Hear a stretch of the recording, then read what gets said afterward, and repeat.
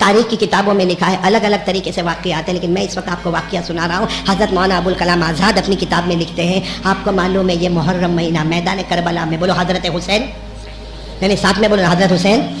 اے میرے پیاروں، میں آپ کو بہت شارٹ میں بتا رہا ہوں، وقت نہیں، لیکن صرف اتنا بتانا چاہتا ہوں، کیا حضرت حسین ایسے ہی شہید ہو گئے؟ ایسے ہی شہید ہو گئے؟ ارے میرے پیاروں، حضرت حسین رضی اللہ تعالیٰ عنہ نبی کے نواسے تھے۔ آپ کے ساتھ جو جماعت تھی نا وہ 150، کتنے؟ یعنی ساتھ میں بولو کتنے؟ 150۔ اس میں مرد بھی ہے، عورتیں بھی ہیں، بچے بھی ہیں، کتنے؟ 150۔ اور سامنے 1,20,000، ساتھ میں بولو سامنے 1,20,000، اور یہاں کتنے ہیں؟ اور مقابلہ کیسا بھائی؟ کوئی مقابلہ ہے بھائی؟ ایک طرف 150 اور ایک طرف 1,20,000، کوئی مقابلہ؟ لیکن آپ کو معلوم ہے وہاں سے کہتے تھے آپ کا ایک آدمی بھیجو، حضرت حسین کسی کا بھی نام لیتے تھے، وہ جاتے تھے، 1,20,000 ایک ساتھ میں اس پر ٹوٹ پڑتے تھے، ٹکڑے ٹکڑے ہو جاتے تھے۔ لیکن وہ وقت عجیب ہوا جب حضرت حسین نے وہ آواز دی، میرے بڑے بیٹے علی اکبر اب میدان میں چلے جاؤ۔ بولو کون؟ علی اکبر، 16 سال یا 17 سال یا 18 سال، بالکل جوان، میرے بیٹے علی اکبر اب میدان میں جاؤ۔ میرے پیاروں، وہ کیسے فرما بردار بیٹے گھوڑے پر بیٹھ گئے، اپنے ابا کے پاس آئے، ابا کی پیشانی کو چوما اور کہا ابا یہ تو آخری مرتبہ میں نے آپ کو دیکھا نا، اب میں جاؤں گا تو میں واپس نہیں آؤں گا۔ ارے میرے پیاروں، ہماری بھی اولاد ہے، ہمارے بھی 14 15 16 17 سال کے بچے ہیں، سوچو باپ پر کیا گزری ہوگی۔ حضرت حسین نے اپنے بیٹے کو گلے لگایا، کہا بیٹا جاؤ، چلے جاؤ، مجھے معلوم ہے اب دنیا میں ملاقات نہیں ہوگی، اب حوض کوثر پر نانا کے دربار میں ملاقات ہونے والی ہے۔ کون گئے؟ بولو حضرت علی گئے۔ ایسا مقابلہ ہوا، آپ کے بدن کے 4 ٹکڑے، کتنے؟